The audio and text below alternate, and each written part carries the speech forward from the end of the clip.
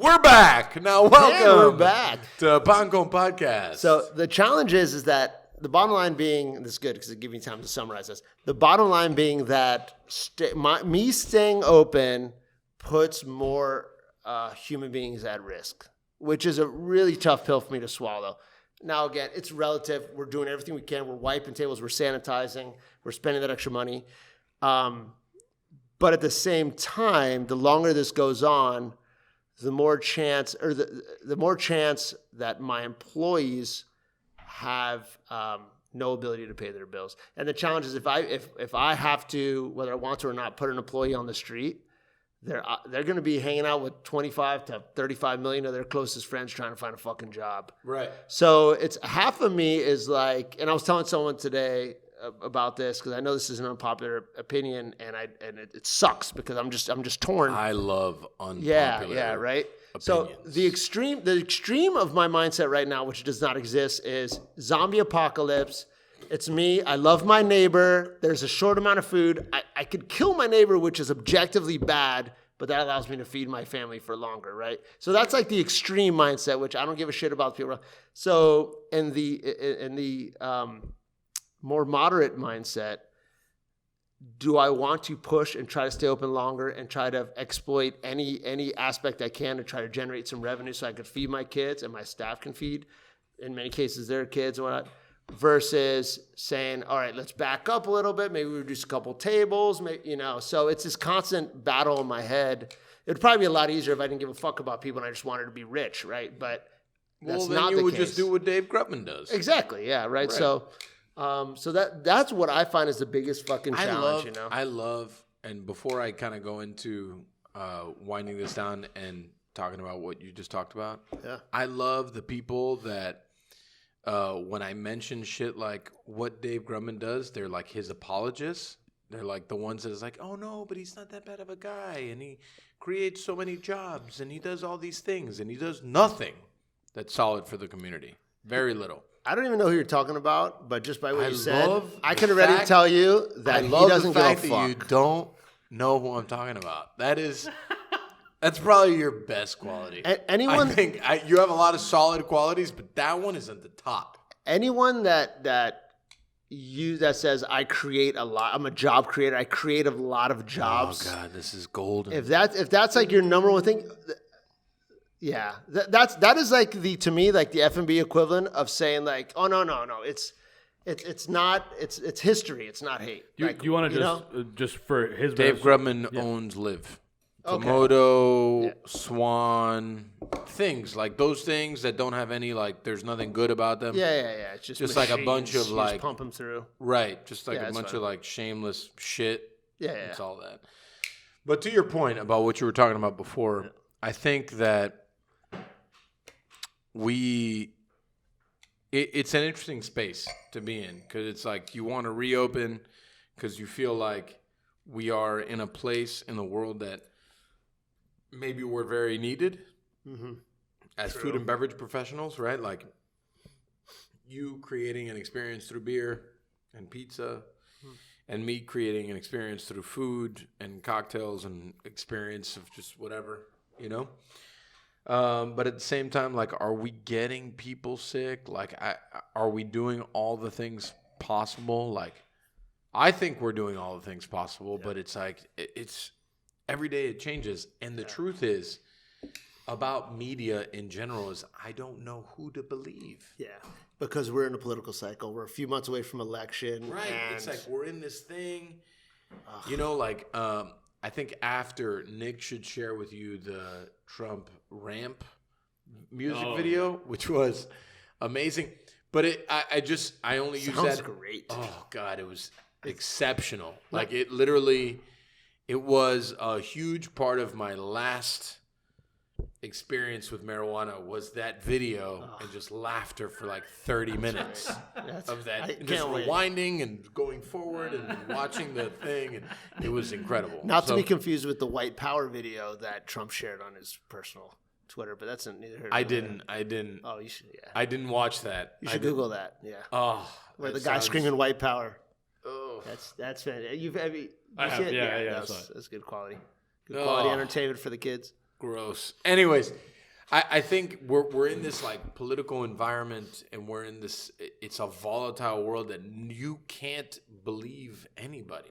No, you can't believe anything. You don't know. Like I know, sitting between the three of us, I can sit here and I can look at you and I can feel what you're saying.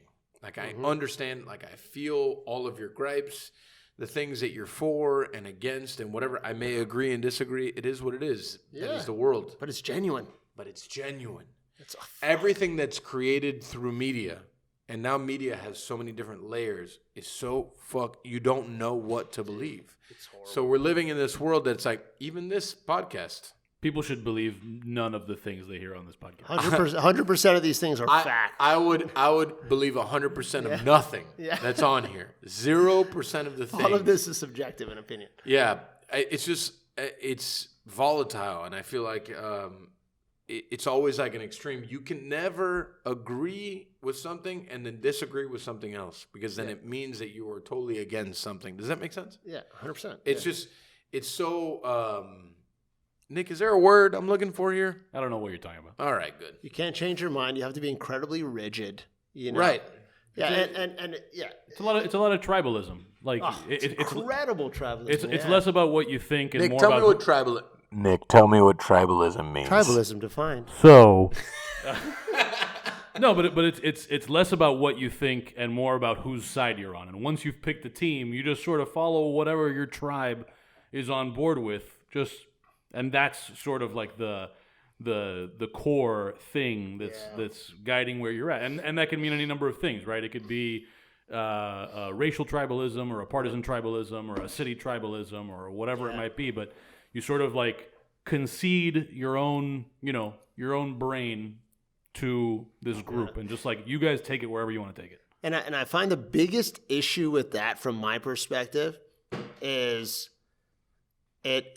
all it takes for your tribe, right? All it takes is for your tribe to do something that's objectively fucked up, that you have to stand by, and then the other tribe goes, "See, now everything you just said is irrelevant." Right. A perfect example is the Black Lives Matter organization, right? I'm pretty sure everyone here, if not, it's totally fine, thinks that there should be some police reform. And just speaking for myself and, many, many millions of Americans, African Americans, just speak specifically about them, but definitely minorities, but African Americans in general have been treated unfairly by this country. But in this immediate case, the police force, without a doubt. Now, yet every right-wing Facebook post, or extreme right-wing, I should say, Facebook post is like, "Oh, look, Black Lives Matter, they're just donating to Democratic Party." Or this Black Lives Matter organizer said that they like Fidel Castro. It's like, okay, I get it. Personally, I think most people would agree, especially to, I believe, Cuban gentleman I'm sitting here now, that Fidel Castro is objectively bad. So supporting him would be objectively bad. But that does not negate the fact that African Americans have succumbed to incredible amount of over policing and list of many things. So does that negate that feeling? I've been in discussions with my buddies about this exact thing. Right. So. It sort of goes in both directions, right? Because while it doesn't make sense to say, well, and you see some of this, right? Like, oh, well, I'm the Fox News guy, and I think qualified immunity is something that should be here to stay because these Black Lives Matter people say that it should go, and so I say that it should stay. And so that's one form of The other form of tribalism is, I am opposed to racism, and I think that we should have police reform, and so I'm going to defend whatever the three founders of Black Lives Matter have to say, even though they're out here telling me we are trained Marxists and we started this organization to advance Marxism all over the country. Or I hate Trump, and so I'm going to defend Biden vetting the head of the Congressional Black Caucus and anything she might have had to say when Fidel died.